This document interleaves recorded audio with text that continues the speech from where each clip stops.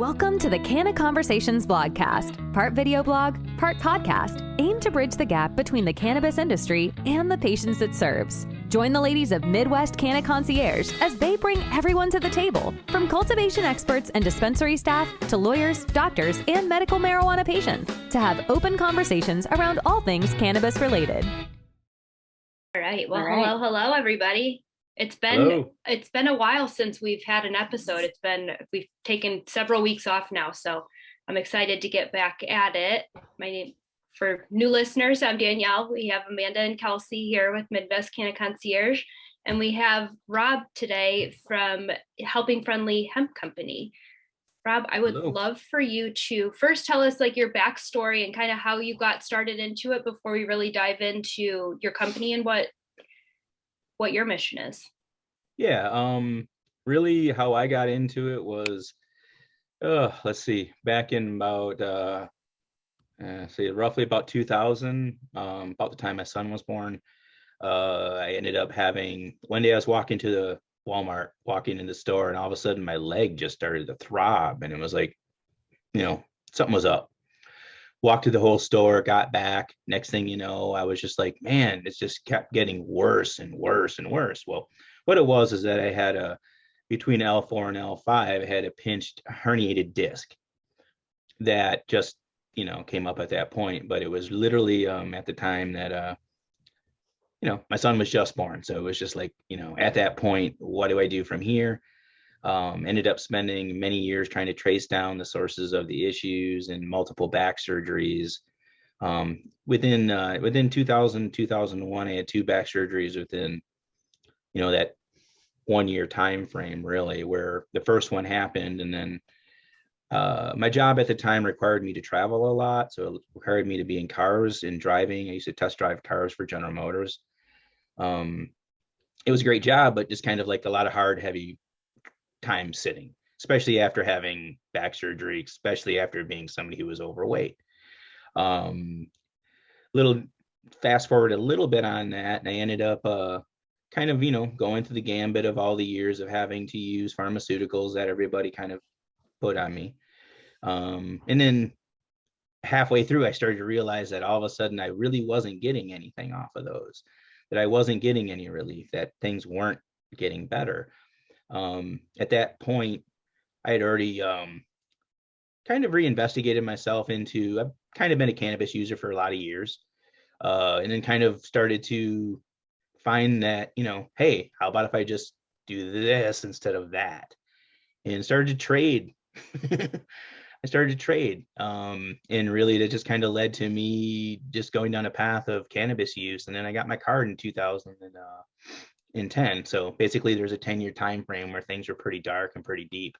That's when I made the decision. Michigan got their program, and that was, let's move forward on this. Sat with my wife, who's an RN, and just kind of said, I'm tired of this. Let's go farther. And it's kind of what led me into it.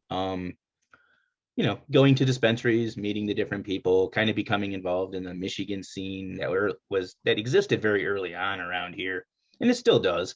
The caregiver scene that's, a lot of people talk about and is part of our existence, started really with that, with the Compassion Club meetings and, the Waterford Cannabis, the Waterford Compassion Club, who I started to be involved with early on. And it just seemed to be, there was this world happening that people just started to help each other. So got a caregiver, got my card. From there, started to find products that helped me, which again ended up leading me to my development of my original product, which is the salve. I was going to say, so did the frustration of not being able to find what would help you on a consistent basis lead you to creating what you have? Yeah, and I think it was just like, I had found that cannabis was the only thing that was helping me. So I would literally drive. I live in Waterford, Michigan. I would drive to Ann Arbor, Michigan every 2 weeks or so. I had a caregiver, but then I started, smoking cannabis really wasn't really leading me down the path of what I really needed to do with it. It helps and it does a lot. But then it was really the topicals, which, one of my original caregivers was making just these amazing topicals. But our situation with each other kind of segmented, and kind of led me to go into dispensaries. So I would drive every couple of weeks to go buy products that weren't your standard products, meaning capsules, THC capsules, and topicals. So I would drive to Bloom in Ann Arbor, and they were one of the first people who I really met who, weren't just trying to sell me weed and get me out the door. And when I sat there and watched over the time of being there, seeing that they would spend, like, without even, people asking for it really, but spend hours and hours with cancer patients to help them understand, this path. And it's, again, one of those things that's not for everybody, but I think as more people become more commonized with how we talk about it, and the effects that I know that it's what it's done for me, and I know how if I talk about it openly, that other people are led down this path.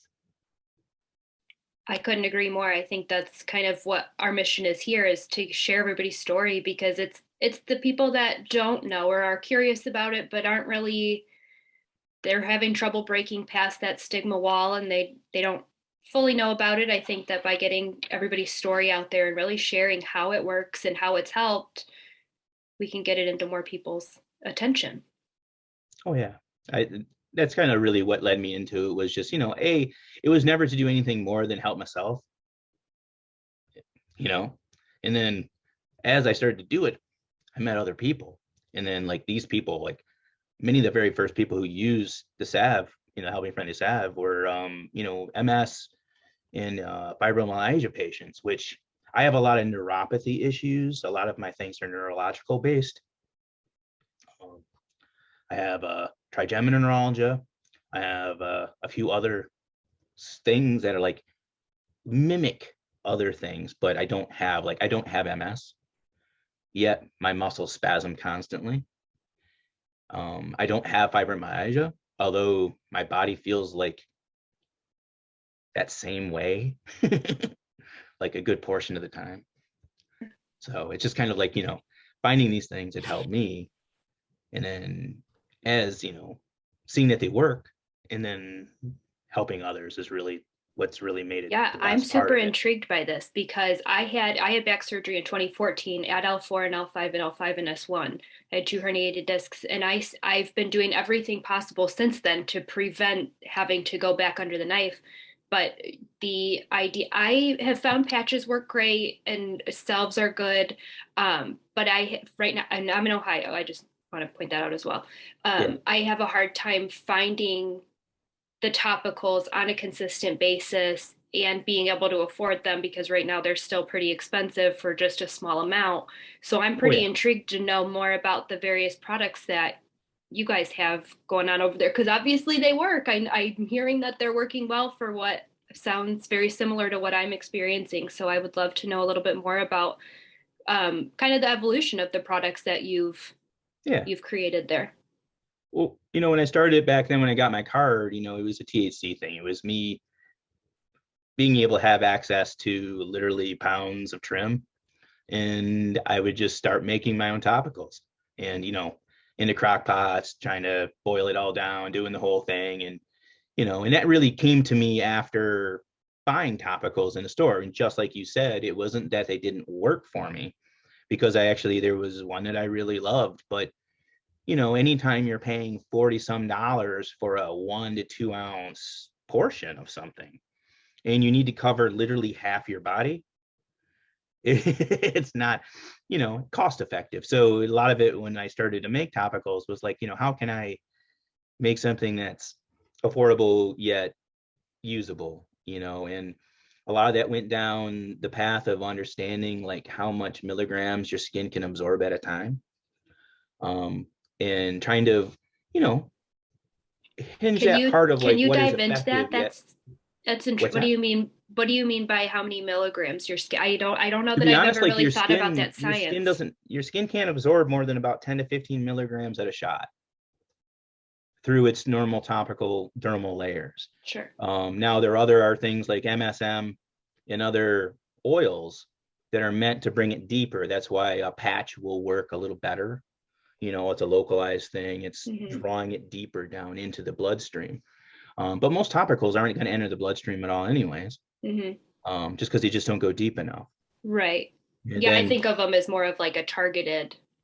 Yeah, and then really with that, I really think it's just a matter of understanding that if your skin can only absorb that much, how, not to say that because we are increasing our milligram strength within our original topical, which started off as 250, 500, or 250, I think was the original one.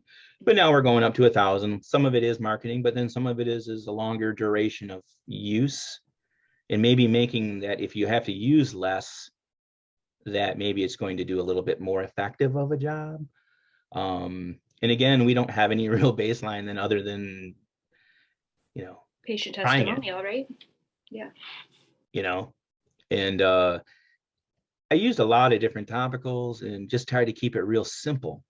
I don't really, some of it was driven out of necessity, because when I first started making topicals, I went to the health food store, I went to the grocery store, and I looked for the oils that I had researched, and avocado oil, coconut oil, hemp seed oil, and all those things. And it was kind of funny, for a long time I couldn't even buy hemp seed oil anywhere, because they all thought it was kind of, even Walmart or anybody, nobody would sell hemp oil. So, and now it's everywhere. Yeah, well, now it's kind of become something again, and Sure. It's everywhere in all the different products, and everybody's, it's a way, we're using it in a lot of different things. I mean, it's in soap, Which is a good thing. Everything, really. Yeah. But as far as the topical goes, yeah, I was trying to make something effective that worked. Sounds like you succeeded.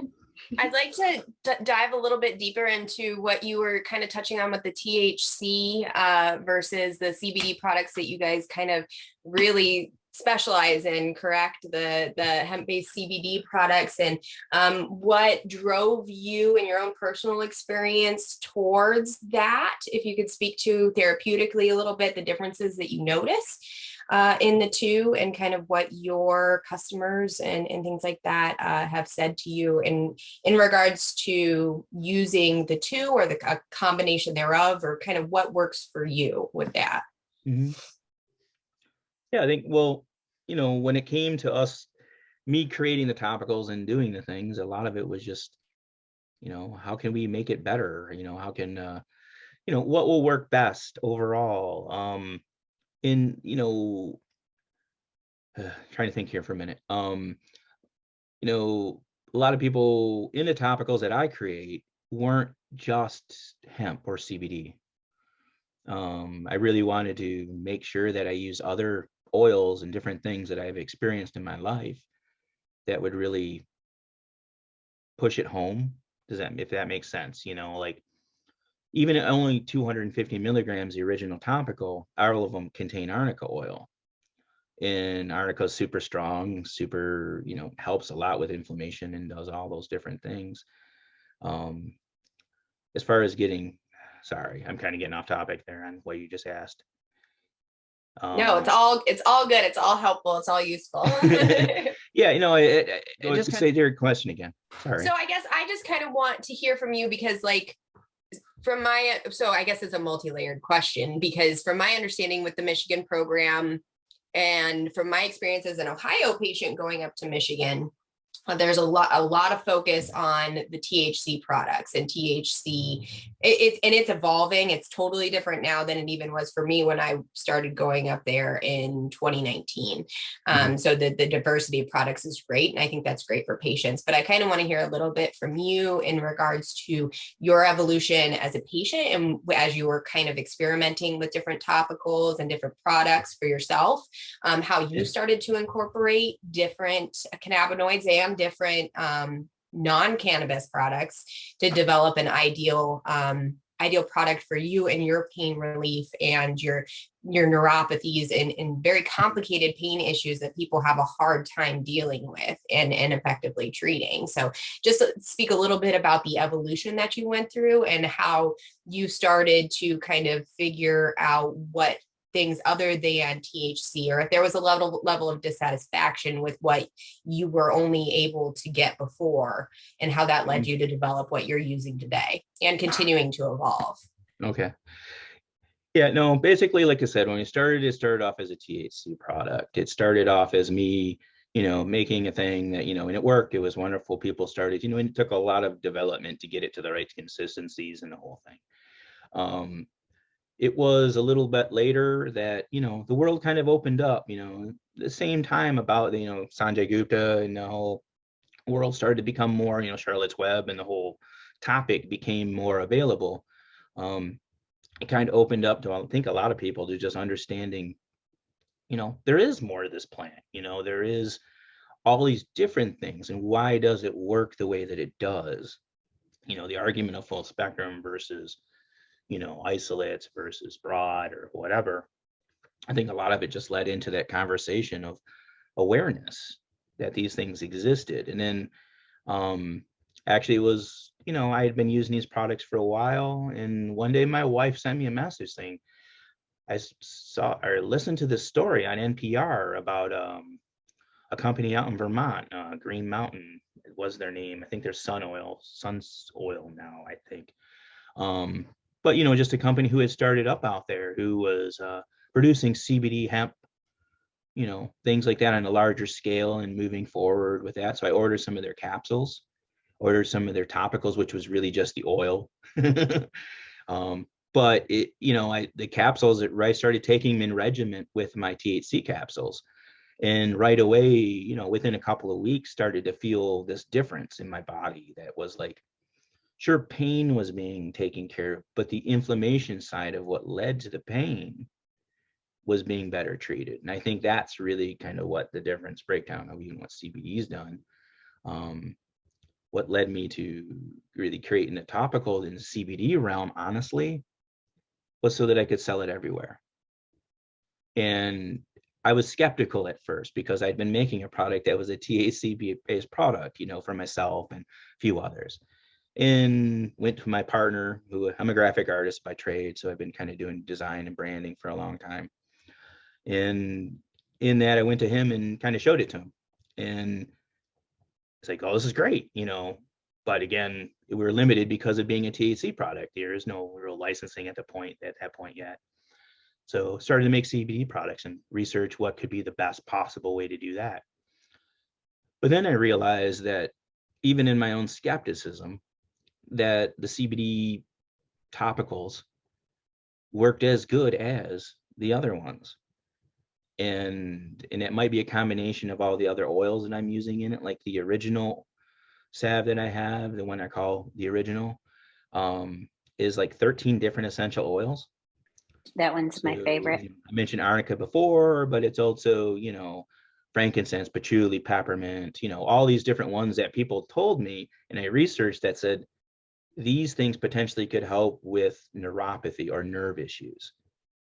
So that's kind of where I based it all on, and just kind of, was able to dial it in. And then we came up other scents just because a lot of people weren't so tuned into the hippie patchouli scent that I love, but yeah, so we just kind of created a scent for everybody. Absolutely. And sometimes frankincense and all those others can have a particular type of smell. So it can also be very overwhelming. Like I love them in increments. And I think that's one, honestly, it is one of the things that, even though it has all those, being able to dial it in over the years and having somebody who, like one of my partners, Ryan, comes from the e-liquid world where it was, everything was based off of layering of flavors and different things. So he was very, very astute at mixing and getting it to the point where you can smell all those smells, but none of them are too overpowering. But then you're always going to have somebody who is like, I always say the less heady smell, where it's, you got the orange lavender, you've got the cooling one, which is honestly probably our most overall popular one. Is that like a menthol base? Some people are just drawn to that traditional sports medicine scent, especially men. I mean, what is in that one? Is like tea tree oil and such. Tea tree. Gosh, off the top of my head, menthol. One of them is gosh damn it. Camphor. Sorry, menthol, camphor, and that, which actually in some states we can't sell that particular product because camphor cannot be sold with hemp products in certain states. Is it because it's a terpene? Like I was just Interestingly that was enough, one of if my you questions. take camphor oil and you send it off for testing, it comes back really high in TCHA. It's a neat thing. No kidding. Interesting. That's very interesting. Very high. I wonder if it's a lack of specificity with the like just how they're testing it. It's similar. Well, I think we're the only ones who are required to do this. I was gonna ask along that, because I know that limonene helps like with absorption. It can help like compounds be absorbed better through the skin. So is that something that you implement into your salves? Yeah, I mean, we don't have like specific terpenes as a whole. Mostly they're all just based on the standard, essential oils are out there, which all have those properties. But as far as like, using a specific, botanical one, we haven't really gone down that path just because it's been, a little more expensive on the other side too, especially when you start talking about the oils. Oh, absolutely. At least botanical, you can get away a little cheaper. Yeah. But yeah, and when you're making a topical product, I mean, I guess it's not necessarily as important as like an inhaled product or something like that. Yeah, no, not at all. And that's the whole thing. Like I only mentioned the camphor thing because it just popped in my head. It's like, it's just so, you have that, you have hop oil. Both of them test high in TCHA. So it's just kind of one of those things, we learned in our process of making products that like, the original salve was an isolate based CBD product. So we sent all of our things into testing one time and the cooling one came back hot and all the other ones were normal. So it led us down the path of why is this? And we sent all of our individual oils in for individual testing. And that's where we discovered all that. You mean THCA?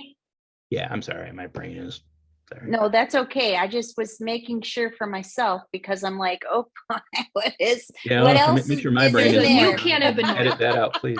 There are so many new cannabinoids. It feels like every day there's a new one. So yeah, and that's the other side too. We're hemp CBD products. We do all that. We had launched out about a year or so ago into Delta 8 with a lot of other people. Started a whole line of different things of topicals with Delta 8, one-on-one combinations and those kind of things. And they're hugely popular. They work really well. In fact, they probably work longer, maybe not as well as the other ones, but they work longer. They give a little bit overall better value, a little bit better, longer relief. We've had to transition from those now because of the chase on all these other minors. We're not able to, we're not chasing Delta 10. We're not going to chase HHC, THCP, all these other, I don't want to use the term synthetic, but they are converted cannabinoids.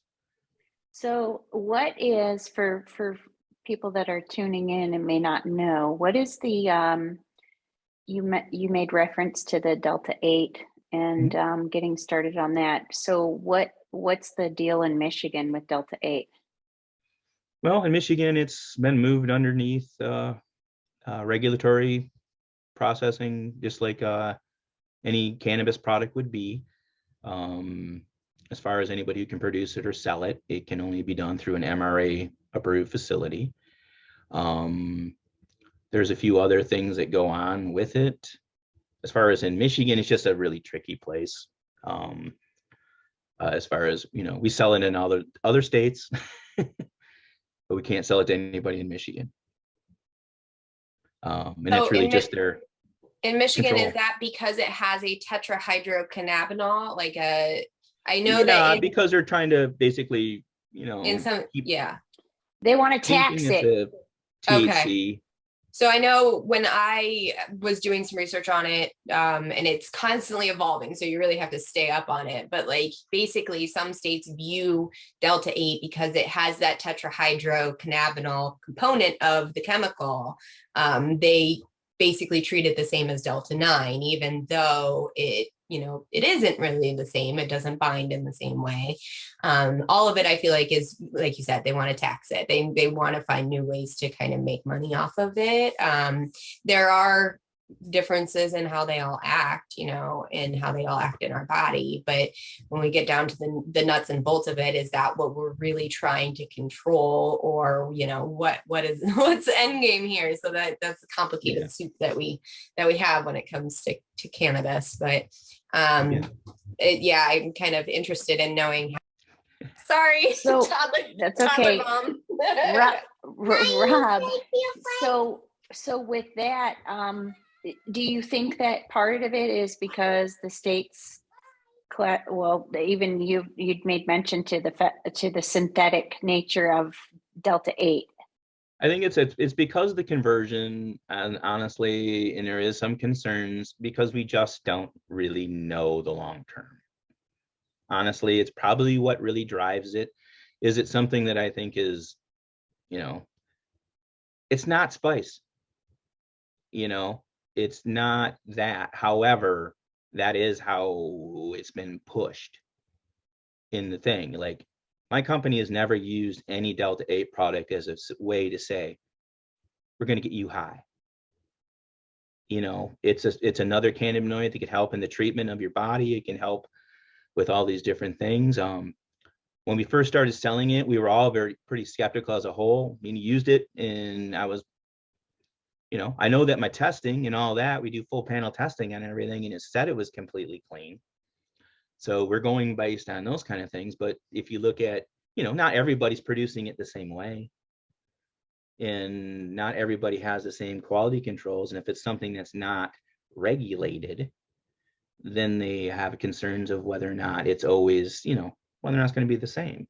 So I have a as far as question Michigan goes, I do believe there is a certain portion of Michigan that is led by some of the largest cannabis companies. Not going to go into specifics, but I do think a lot of them have set up their own hemp grows. And I do think a lot of them are doing these things. It's because they want to control it.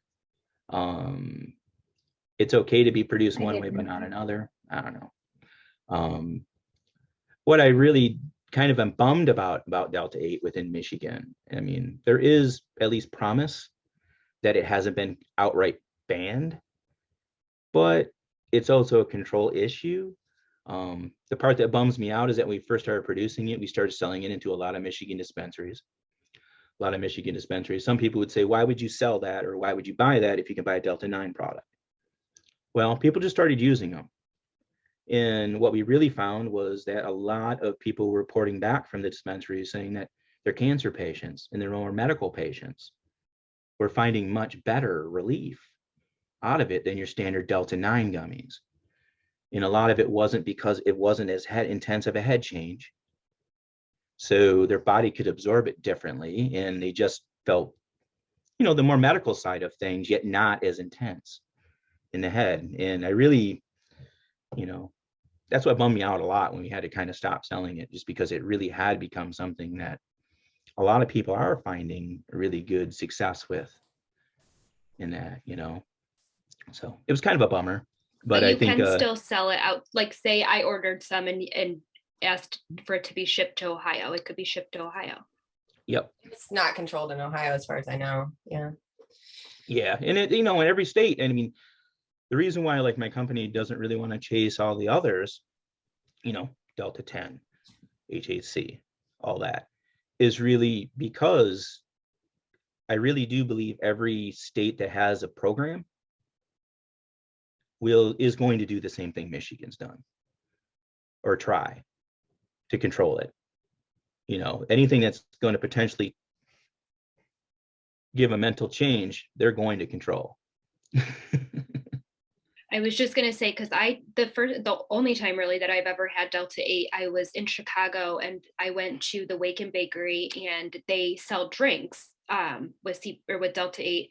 I think I had a drink and a cookie, and I felt a little bit, definitely not if it was the same. Like, I had like 60 milligrams total of Delta 8, and if I had 60 milligrams of straight THC, like the Delta 9 version of it, I would have certainly been in worse condition than I was, but I did feel a little bit of a headiness to it.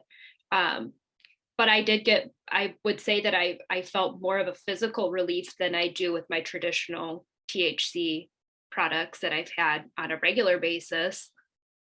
So yeah. And I think a lot of that is just really because of the level of, how strong things are. If you're taking a gummy that's, produced from distillate, that's 80% THC, 90% THC or whatever on a distillate level, and you're putting it into an edible, you're probably going to have it's a different experience than, say, almost the same milligram. Say if they're each, even if you're only taking 20 milligrams, the percentage wise of the purity of that is different than, say, like, rosin gummy or something like that, that's produced, more of a full spectrum type thing, which, is what we were all looking for anyways. It's what we all want for our bodies is, we talk Delta 8, we talk these different things, but it all comes back around to full spectrum in my game. We're all, we can touch on some other minors, like, we have one of the things we had to do to pivot out of Delta 8 within Michigan was come up with our dispensary grade line, which is really a CBG dominant line of products. And it's just at the, the Delta 9 THC limit is right at dry weight legal capacity, just enough to give that little bit of punch. But then it also just, drives it home with the CBC, the CBN, and the CBG, which again, all these different ones kind of are doing different things for us. And I was just going to ask, do you mind going into a little bit of detail, or to kind of give an idea of what each of those individual, because a lot of people don't know about CBN, CBG, and CBC. Yeah, well, CBG really is, we call it the mother cannabinoid. Everything starts there essentially. So as the plant grows, that's the first cannabinoid that's really there. It's what's in most abundance. CBG, as the plant ages and grows, converts. So it converts into THC, it converts into CBD and the different things. When they were able to, a couple of years ago, identify CBG as being a potential, they were able to see that it was growing so fast in the plants. So they were able to do more with, auto-flowering hemp genetics to make them go fast and quick and bush up. Yet, they'll produce trichromes, but not the same way that the other ones do. So a lot of CBG, if you take it and you chop it and you smoke it, it might taste a little like hay. Mostly because it just doesn't have the terpene levels that are built up in it. That's very interesting. So basically the plant is maturing with its physical structure, but it doesn't have enough time chemically to go through all those pathways to become. And through genetics, they're able to push that so that term gets a little longer and longer, so that the THC production doesn't even happen within the time frame they're trying to do it. Like, yeah, that's very CBD interesting. is the only plant you're going to ever harvest 100% of the time and have it be completely federally legal, 0.3 across the board. When it's dried and harvested and done, it's well below those limits. But then it gives a lot of that other effect, which is more of your uplifting daytime kind of effects. I usually tell people. I usually also use the term warm hug. It's kind of how I feel CBG kind of helps with, and it kind of gives you that effect where it's just kind of like, oh, I feel good. I don't feel one way or the other, but I'm alert. The one thing I think about CBD is that a lot of people always look for it to be, I want help with sleep. Those are the common things. I think everybody wants sleep. Everybody. Because we only sleep 4 to 6 or whatever, 8, and then we just don't get it within that time frame. But so they look at CBD, and while CBD does, I think it's a combination of a full spectrum thing that does it. Isolate doesn't. Most hemp, from my experience and what I've read and what I've seen, is sativa leaning. Now, it's just because of where it's been grown throughout the regions, and it's, how its genetics are. Nowadays, there are more indica leaning ones, but it's still as a whole, which leads me on to like CBN, which is the end part of the plant, meaning that it's gone through its process. And even you take CBD or THC and you let it age, put it in a jar, let it age for a year. that will convert over from THC to CBN. So that's why you have that couch locky feeling, the heavier, more sedated feeling within like indica type strains. It's that more, that there's a higher level of that in it.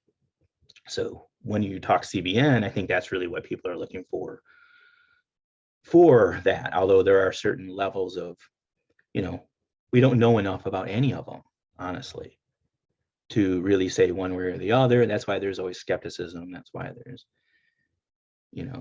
does this work or doesn't it? But what we've really seen is, I know a few people producing CBN blended tinctures, which we are working on one as well. We'll have a CBG daytime one, which is kind of our dispensary grade one, but then also a nighttime one, which will be more of the CBN blends, stuff like that. Will the CBG one taste like hay? Yeah, if you smoke it, it's just. I've had a strain that tasted like hay, and for the life of me, I could not figure out where that came, like what profile gave them really that. Bad stuff, but yeah, I don't know. Yeah, it's been a while now. But as soon as you said that, I'm like, oh my gosh. I don't think there's a hay terpene. Well, that's what I'm saying is like, I'm like, it was one that like really weighed on me. I had one that tasted like hay and one that tasted like a pickle, like a dill pickle. And I'm like, where does the dill come from? Who made dill? But as soon as you said that CBG growing in the field. Oh yeah. I always think that when that happens, somebody put it in an old pickle jar. That's what I feel like. If it. No, I think this was I think the dill one was a pen. Rumors, like there are rumors of the first GMO strains. Which is basically, and this is just something I heard many, many moons ago, that basically came from putting garlic into the plants, like into the soil. And as it grew, it took on this flavor. And to me, I was just like, whatever. That Maybe makes somebody sense. watered My cousin in California used to grow organically. And with all of his organic nutrients, you'd have like, it left your cannabis having a certain taste. It was almost like it was fishy, He used a lot of those ingredients for nutrients, and they were organic and all that stuff. Yeah. So it really stunk. That's and why it's important it was to be good marijuana. It was good cannabis. It just was really stinky, but that not in a good stink. This all speaks to why it's important to know where your stuff's coming from and how it's grown. And yeah, I want to ask you a little bit about that, Rob. Like, how do you decide, who you're gonna work with, where you're sourcing, what is important when you're deciding, especially when you're talking about not just topicals, but when you're talking about tinctures, when you're talking about inhaled products, obviously, I don't know if you guys have a line of those. But our biggest inhalable products are really the flower. Hemp flower. We do have vape, some pretty popular CBD vape carts. But the smokable flower, we really only source from a couple of people. That's probably the biggest thing, is just not just really just going out there and just buying whatever.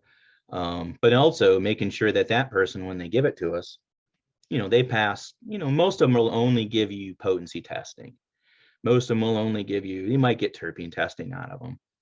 But we take every single strain of flower that comes to us, send it off for full panels, so we get all the microbials and all that, and as well as terpene testing, so we can capture all that information and have that available. And that's kind of what set us apart, to be honest with you, when it came into that segment, rather than just saying, here's hemp flower, why would you do it? We sell a lot of it in Michigan dispensaries, throughout the country, but a lot of them in dispensaries, because people coming into dispensaries are looking for, they're not all young people, as we know. And a lot of them are people who are newer or whatever. And that bud tender has a really unique opportunity at that point to say, what's that person looking for? Most people just want to feel good. So a lot of times they'll upsell them and say, here, have you ever thought about trying this hemp flower, mix it in with your other? You're going to stretch your eighth that you just bought. You're going to stretch it out. and you're going to bring some of the other cannabinoids into your mix. And you're going to get much more of a body feeling. You're going to get much more of a less intense head high. And I think that's really, again, when you start talking people who are first timers or revisitors, as I call them, I guess is not really a good word. People who are older who just kind of come We back. all know them. They were hippies back in the day. It's like, oh, I used to smoke out, and it's like, yeah. Or the ones that are like, where's the Afghani? Where's the all the there's none of that anymore. I mean, not that there isn't. Acapulco Gold. That one, yes, that one was a lot. Yeah. Like, where's the Acapulco Gold? I'm like, I don't know. Mexico? I don't know. Yeah. Well, that's the thing is like nobody, even in that, it's like indica, hybrid, but it's all marketing at this point. Everything's a hybrid. Everything's a hybrid. I say it all the time. And I think that I love that your company gives the full testing profile, because that's something that's really lacking in a lot of the market is patients want to know, at least the ones that are using it as a patient who's just trying to get their body back balanced. They want to know what's in these products, and they want to know why it's working or why that particular combination works well for them and what it is, so that they can consistently be finding that, but they're not able to always find the testing and find what they're looking for because it's hard. And honestly, it's hard as a company to even sell anything that we're, because the FDA won't let me say shit. And we've always tried to play it really, really safe. And has it hurt us? Probably, sales wise or whatever, to just simply go out there and say, like, in all honesty, that's why I'm not out throwing all the words right now of CBGA and TC, in the recent studies that came out that it could potentially prevent COVID from entering. Now, we have no really studies on that other than this one study. And that study identifies 2 compounds which are in the raw plant only. So that's before it's harvested, it's before it's cured. It's not just CBG, it's CBG. So you can't get it while juicing cannabis? Juicing is the way.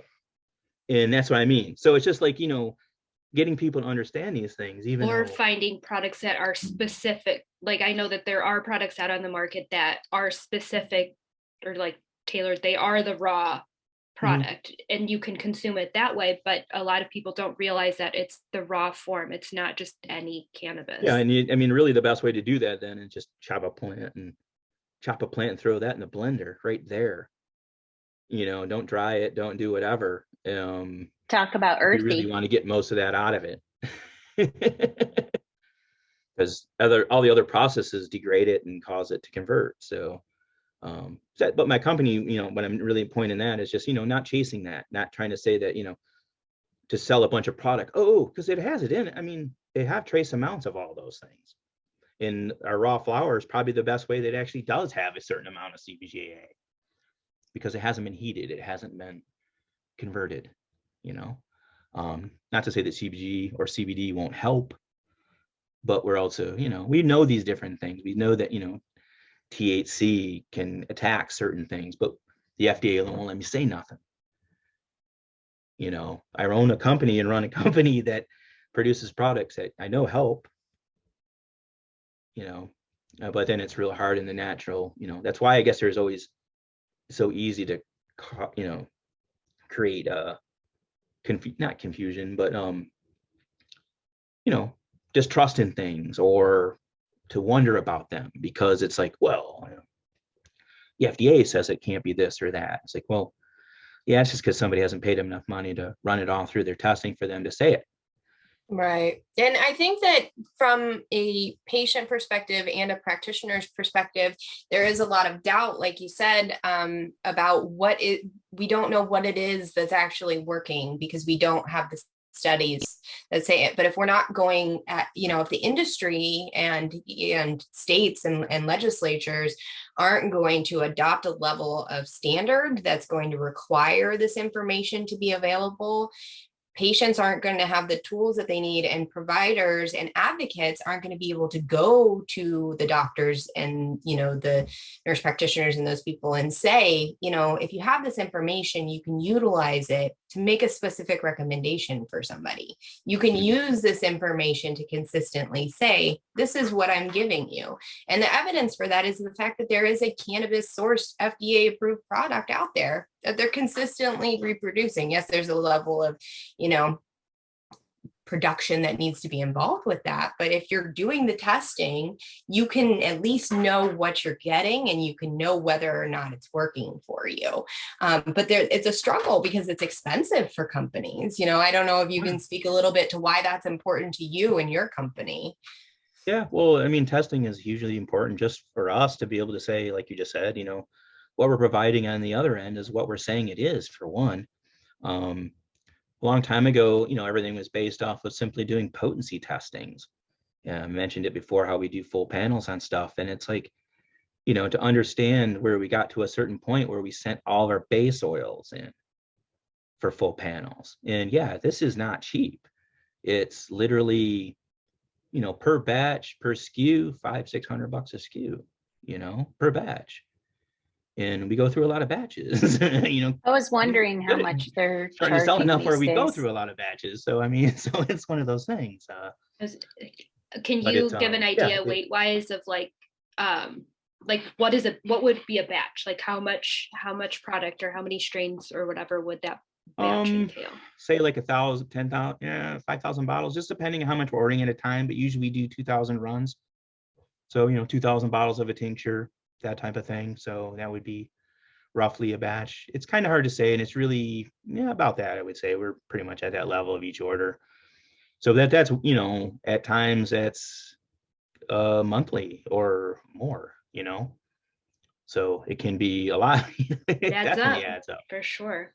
But doing it is important, again, just to show the clarity and the purity of what we're doing. And for one, we tried to do this for the last bunch of years and stay above everybody else, not be forced by, the federal government to come in and tell you that this is what it needs to be. Now, that's not always the best way to go financially, because you probably spend a lot of money chasing things that you may not need. But I think for what it really does for the people is just show, a clarity, some kind of, an efficacy that we give us, we care, and especially because you're limited in what you can say as the business themselves. I'm sure that testing profile, as a patient, like if I was not in the industry, that would give you a legitimate, like it would make you feel more legitimate. When I scan barcodes on products and it takes me to a unworking website or something completely different than what it's supposed to take me to, and it doesn't show me that profile, I'm bummed. I lose faith in that company because they printed a barcode, but they couldn't take the time to make sure that it linked to the right place or to the testing profile or whatever. So I think that would be enough in itself just to justify having that panel done, so that you're able to form that trust for your patients. Oh, 100%. I mean, that's really what it is, we've been doing this 5 years now, and building up over the years of just trust that what we're producing is what we're saying it is. And then, the fact that it works is just that it works. But again, not being able to say it'll work is always been something, honestly. And it's, it's the number one thing, honestly, of having a company in this realm. It is one of the reasons that why we are moving within Michigan. I have been now for about 1.5 years, but more so now back into a THC. So, a licensed THC market, getting the brand into the right people and working with the right people within the THC space. And it sounds odd, but it's the stability that I'm looking for. People are like, how can it be stable? And it's like, well, it's the realm of this is what it is, versus the nation where I have 50 states changing every day. what they want, what they'll allow, what they don't.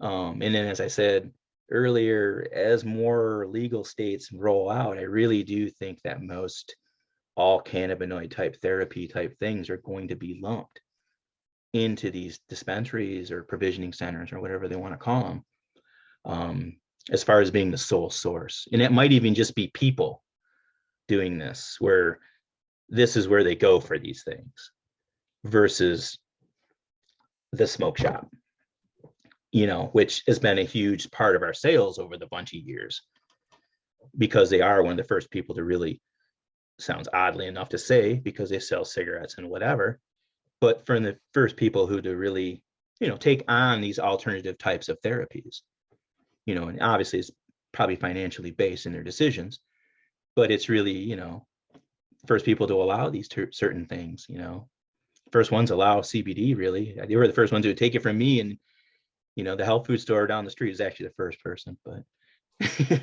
they're my first one. Oasis Health Foods in Waterford.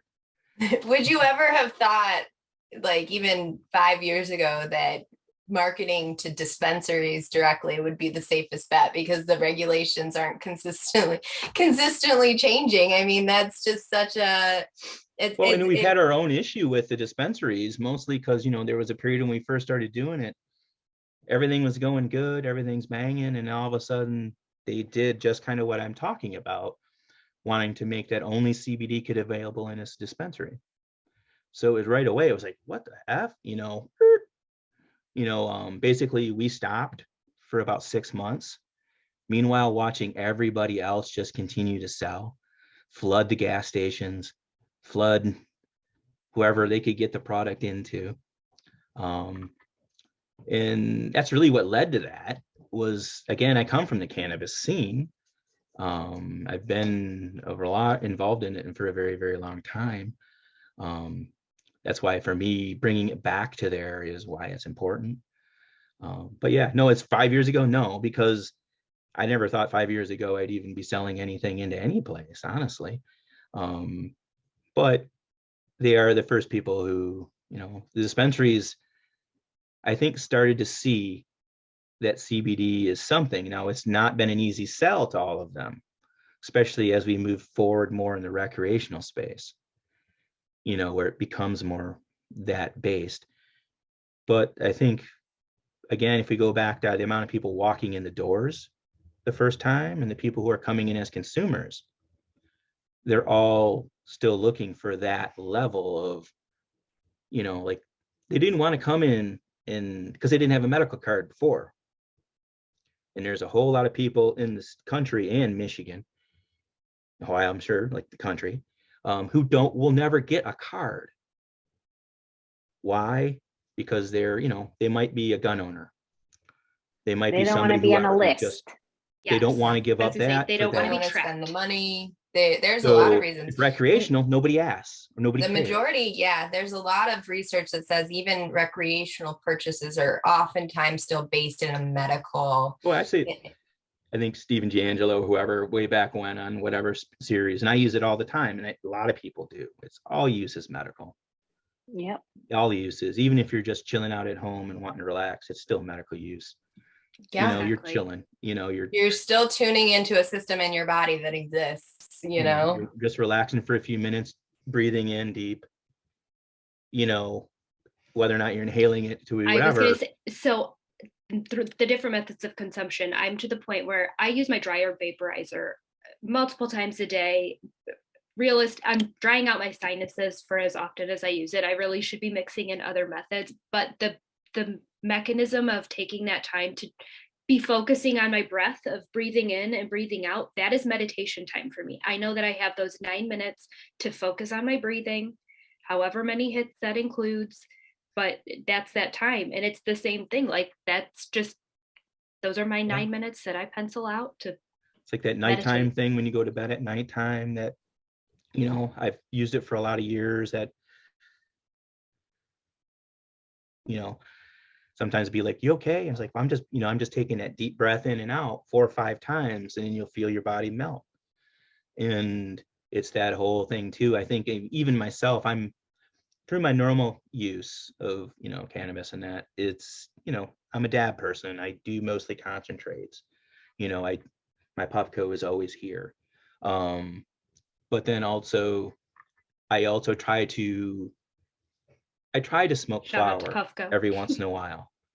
To go out, and it's the process, honestly. Like the last couple of days, things feel whatever, it's like that process of sitting down, breaking up weed, rolling it, and then going and consuming it. That ritual. It's very much of their tribalness that I think that we all, or ritualisticness or whatever, lack of better words, is that I think why people even consume it, like why we share it, why we inhale and pass, because it's something that we share together as a human race. So. Rob, do you remember back in the day when the state of Michigan decided that part of the MMFLA, which is the medical program, they decided that they were going to restrict people sharing? You can smoke your own, but you can't share it with somebody else or smokes. I don't think I've ever that heard was that. Like a cultural thing. Like that's what you do, like some, you smoke alone too, but that's sharing a very social thing. So, so the thing it was kind of like funny. It might've been. Well, and now it's how it is now. I mean, 6 or 7 years ago. It's standard. Because obviously we go to some events. Well, COVID, yeah, you don't bit. Share as much. But it was puff, don't pass. That was the biggest thing. You see people so much now. Like you go to concerts. I see the band Fish a lot, and over the years, it's a cannabis consuming community, and over the years you're there, and you're whatever, you got joints, and over the years, it's not even just COVID. Over the years, you can't even find a lighter anymore. Is that right? It's like everybody's got their pens. And it's just yeah. Yeah. Well, I use my pen quite a bit, but there is something to be said for the flower. It's a different. Every method of ingestion is different. So it's a closer to the full spectrum. Where it's all the different parts are being inhaled, honestly, and it's the fastest way to enter the bloodstream. So. That's why it's popular. So, Danielle, maybe like a couple more questions, and I was going to say we kind of hopped around. We talked about a lot, and I'm loving all of it. I feel like I could keep going on different methods of consumption, but before we let you go, I wanted to ask. I saw on your Facebook page that you guys do like an assistance program, with veterans and disabled or low income patients. Can you talk a little bit about that program and kind of where it came from and what it's doing and how people can get involved or get help? Yeah. A couple years ago, one of the biggest things with me in my own life is, I'll get a little bit weirded up here, is giving back. As we've moved forward and become a company and help people out, it's been one of those things that to me, as somebody who's disabled, I didn't actually use the term for myself that way until very recently. A couple years ago, where I finally started to say, yeah, I'm disabled. So one of the biggest cost things, I think, that reasons why people don't try products like this a lot of times are because of cost. Just like you said before with, the topicals, going in and buying them, and they worked and they were fantastic. But paying $45 for a 1 to 2 ounce portion of something, I couldn't understand. So one of the very first things to me was, when I'm creating something in the salve, was to make it effective yet cost effective, and always keeping that in mind. And when me and my partners get together, we have in fact, I have one this afternoon. We there's 4 of us, and we have this little tiny plastic chair that we put in our meeting, and that person is the customer. That's our person. Everything revolves around that person. That's awesome. So as far as why I started it, it's a way for people to afford these products that could potentially help them. And really what it is reaching out to veterans who have given their time and their service to us. I'm very strong within that community as far as supporting them. I also do work with the Hero Project, which is another separate nonprofit group that the company donates money to 10% to that cause. But as far as the assistant program goes, is if anybody wants to become involved in it, really all you have to do is visit our website, send us an email, and include, some basic items, and it's listed on a form that we have there, some basic things, just proof of kind of things, and sign up. And what we do is give 40% off of lifetime on anything that, is available on the site. So, which is basically awesome. Wholesale. That's a great deal, and so helpful for so many people that are trying to get some relief. Well, I think it's really what, it's money is what keeps all of us from doing so much of everything. Helping ourselves, even if it's as simple as like just a product, or even just, why don't you go to the doctor sometime? Because there's a copay. Not everybody's got $20, $30 for a copay. That's sad. But that's the nature of where we're at. That's just, I think, Amanda, we and Kelsey, we talk about this all the time, because our services are something that I feel I just want to be able to give away. Like, I just want to be able to do all of this to help people, but I need to support myself. I need to be able to live my life and get my own medicine, and like do all these things. But it's very hard to ask for money from people that, like, you're in that same boat. You've been in that struggle, and you've had to decide whether you're buying food or medicine that month. Like, I get it. And so I love that you're doing really, that. it's kind of what came about, and again, just being someone who deals with chronic illness, chronic pain is my thing, is real pain. Finding a way and then being able to help anybody out in the end, to me, is what it's about. I've made it really in the last 2 years. My real biggest goal is the giving back portion of everything, the social cause of what it is that I'm doing. Be it the company, becoming more involved in another thing that I started about 3-4 months ago, really. It's called the Weekapac Collective. It's a nonprofit for ADA accessibility.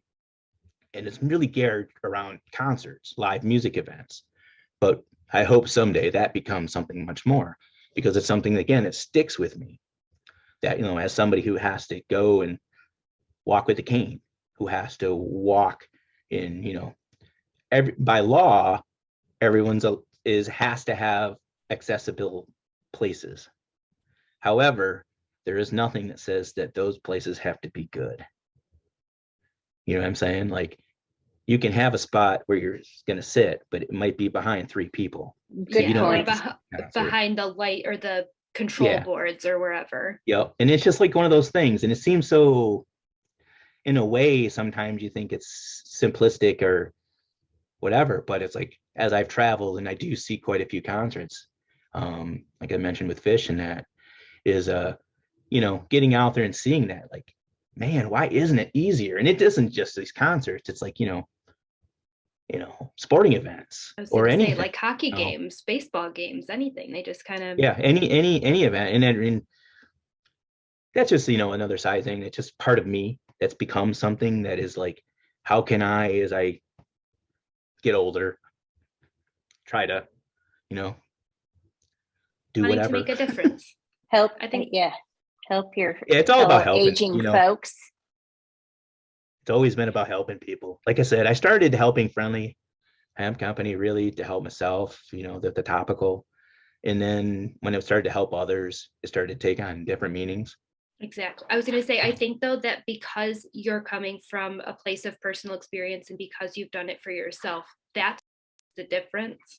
I think that that's kind of what sets it apart, is that you've had that personal experience and you've been through it. So you understand where these patients and these people are coming from, and the frustration of going through a bunch of different products, trying to figure out what works and what doesn't, and the cost of that, and the fact that you're taking all of that into consideration and you're able to make it better then for them and make it available for them, because you've already gone through that struggle. So you're kind of helping to pave that path for them to make it a little easier, which does nothing trying to but educate raise them it as we for go everybody. along, as much as we can. Like we talked a bit about it, but we try to do a lot of vendor days with a lot of event, where we can kind of talk a little bit more, Exactly. and just give general cannabinoid information and Sure. these different Yeah. things. That's Again, one of the things I liked about Rob's company, was that he was very, very education oriented. I love in that. In marketing materials and everything. It had the CB1, CB2 receptors listed out there with little brochures and tent cards and things put up. And we're going to be helpful. doing more of that. I got a lot more of that coming up here too, as I kind of revamp some of the as soon topical as you lines, said 'cause you we were got some big changes coming. a graphic person, my interest shut up, because I just it's my life has been printing and that's awesome. Printing and design. I've literally spent my whole life. I'm more on the digital realm, but I have such I don't feel like I'm a creative person. So then I just second guess everything. Then I turn it to Amanda and I'm like, Amanda, does this look okay? Well, that's what creatives do. I mean, honestly, if I do is I never think, and sometimes my partners probably think I'm way too slow, but when I'm developing something or I'm trying to come up with new packaging or whatever, even though it might seem simple in the end, it's like I have to stare at it for hours. Like I'll put something on this big screen I have in front of me and be like, walk around the house and see it from different angles and, what pops, what doesn't, and change it, go back and forth. And, that's the one part of my brain that doesn't shut off. That's why that's the only one. Yeah. It's hard to do it because it's just hard to stay focused sometimes and let things flow. Yeah. As they need to flow, because sometimes it's just business is business. Preaching this is my life. This is where I've been living. I'm glad I'm not That's the only my problem. one. Yeah.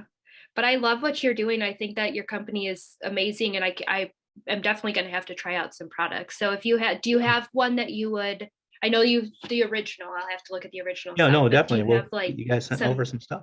Hot sellers that I should check out, or? Really right now, everything in the dispensary grade line, the topicals,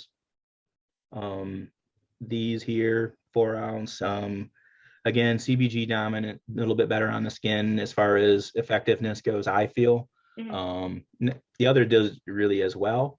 We're doing the revamp of our original one, which rather than being an isolate based CBD product, will be broad spectrum, will be the oil base, awesome. Just so we can get some more of the CBG and that type of thing, which just tends to be better for the skin. Yeah. Responds a little better to the receptors even than CBD does. Do you have anything for acne? Oh yeah, that's one of the original one. Honestly, that's when we first started creating it. One of my taglines has always kind of been 1,000 uses, 1 jar. Yeah, I feel that. And it's literally, people would come to me all the time with different things. And I had, early on, somebody with some skin conditions, eczema and things like that, that basically made me know right away that it was going to do well with those. Mm-hmm. But yeah, both of them, acne, eczema, psoriasis, all of it. Yeah. It just, my all mom skin even conditions, puts it just kills on her eyes.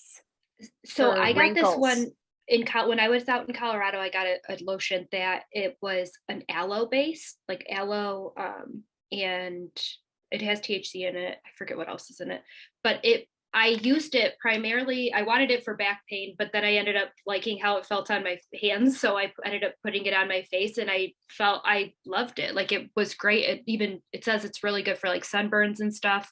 It's now gone. That was last year, but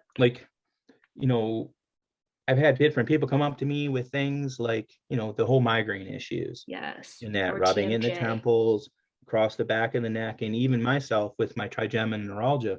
When it flares up, it's like right about here. Yeah. And it's like somebody's driving an ice pick right there every 30 seconds. Ugh. And I also noticed it helps with TMJ. Like, if you massage it in here. All of that. And then I had one time, this is a concert thing, but we've ended at these concerts, and somebody came up to me the second day. She had bought one. She came up to me the second day and said, I had this in my pocket and I couldn't take the smoke in there last night. And I had it and I just put it up to my face. And she goes, it kept me clean for the whole show. So it's like these types of the things that I'm just like, these really bizarre things that people come up with. One of the key items that we've always had success with, the original one, was hemorrhoids, which is, I even did ads on that way back when, because it's something, as somebody who's a graphic artist who sits a lot, or truckers or whoever, it's something that a lot of people deal with, and in and out within days. That's the beauty part of what it is. And that's why I wish I just could tell everybody.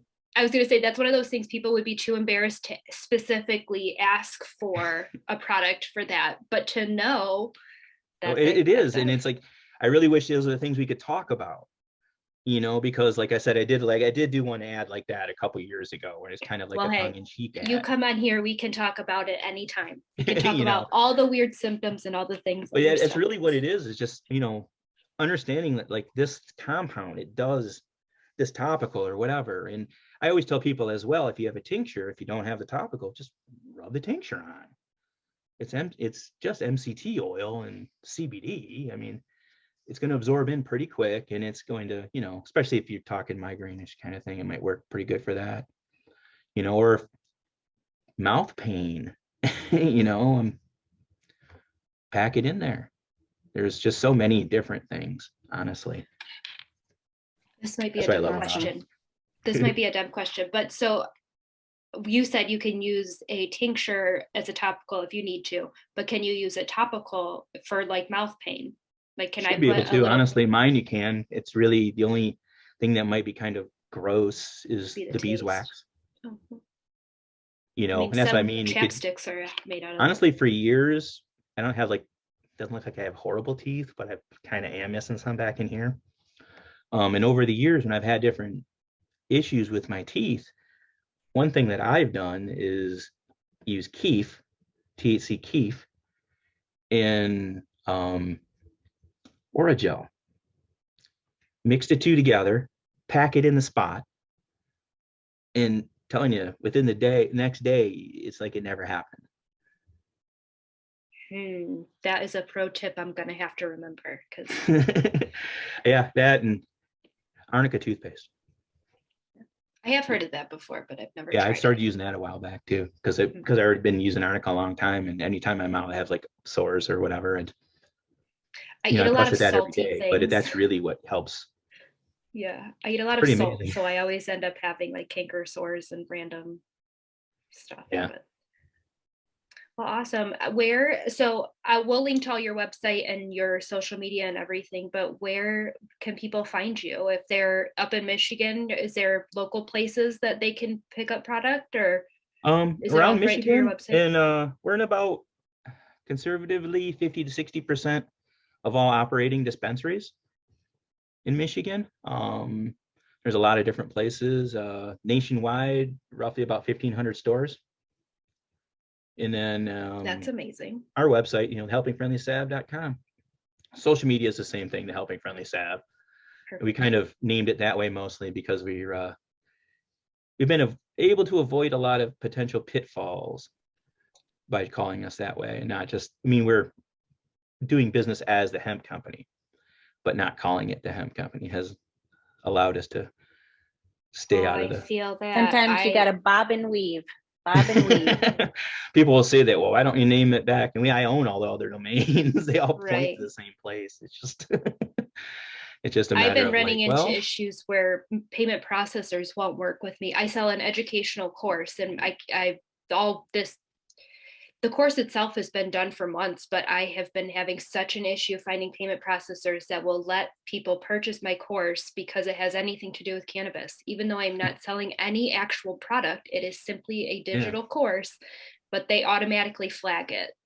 So right now I'm working with Square trying to get them to figure it out. But yeah, it's been an issue.